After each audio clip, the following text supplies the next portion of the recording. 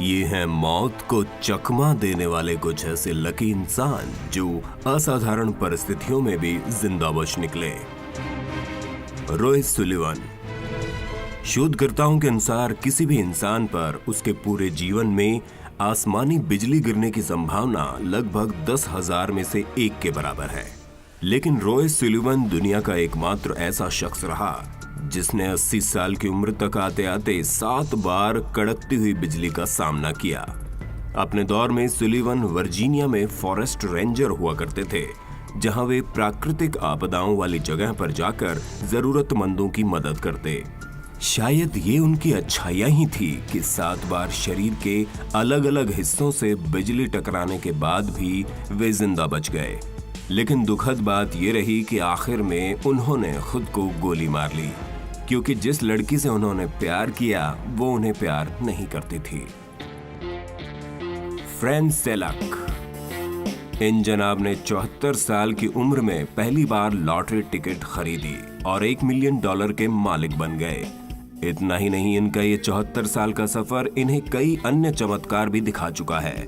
1962 में वे एक ट्रेन में सफर कर रहे थे जो कि एक बर्फीली झील में जाकर गिरी। इस हादसे में 17 लोग मारे गए, लेकिन फ्रैने मामूली चोटों के साथ बच निकले। 1 साल बाद वे उड़ते प्लेन से बाहर बिना पैराशूट के कूद गए, क्योंकि प्लेन का दरवाजा टूटने से उसमें आग लग गई थी। यहाँ भी वे एक घास के ढेर में गिरकर मौत को चकमा देने में कामयाब रहे।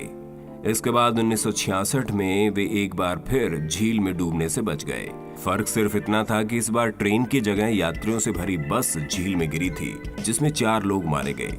इसके अलावा आगे के कुछ वर्षों में उनकी चलती कार में 2 बार आग लग गई और इसमें भी उनको कुछ नहीं हुआ। 1995 में उनको सड़क पर दौड़ती एक बस ने उड़ा दिया। 1966 में एक ट्रक से उनकी कार टकराकर सीधे 300 फीट नीचे खाई में जा गिरी, लेकिन यहाँ भी ये पेड़ से लटक कर बचने में कामयाब हो गए। यानी कि इन्हें आप दुनिया का सबसे लकी इंसान भी कह सकते हैं और अनलकी भी। टसुटोमो यामागुची। ये इंसान न सिर्फ अपने जीवन में 2 दफा परमाणु बम के धमाके वाली जगह मौजूद रहा, बल्कि दोनों ही बार के किस्से लोगों को सुनाने के लिए जिंदा भी बच गया। 6 अगस्त 1945 में वो एक बिजनेस ट्रिप पर हिरोशिमा गया था, जहां उसी दिन अमेरिका द्वारा परमाणु बम दागा गया। टसुटोमो के अनुसार उसने 3 किलोमीटर की दूरी पर बम धमाके के साथ तेज रोशनी देखी। यहाँ उसे शरीर पर कई चोटें आई और कुछ समय के लिए वो अंधा हो गया। इसके बाद वो अपने शहर नागासाकी आकर अपना उपचार करवाने लगा। तभी यहाँ भी परमाणु धमाका हुआ, जिसमें 2 लाख से ज्यादा लोग मारे गए। जापान सरकार के अनुसार टसुटोमो यामागुची एकमात्र ऐसा इंसान है जिसने दोनों परमाणु बम धमाके बेहद करीब से देखे और वो जिंदा भी बच गया। Michael Benson and Chris Doody. कल्पना कीजिए कि कैसे कोई शख्स अपने जीवन का एक पूरा दिन किसी एक्टिव ज्वालामुखी के अंदर बिता सकता है। एक ऐसी जगह जहां बेइंतहा गर्मी है, लावा है और कई जहरीली गैसेस भी। माइकल बेंसोन और क्रिस डूडी के साथ कुछ ऐसा ही हुआ।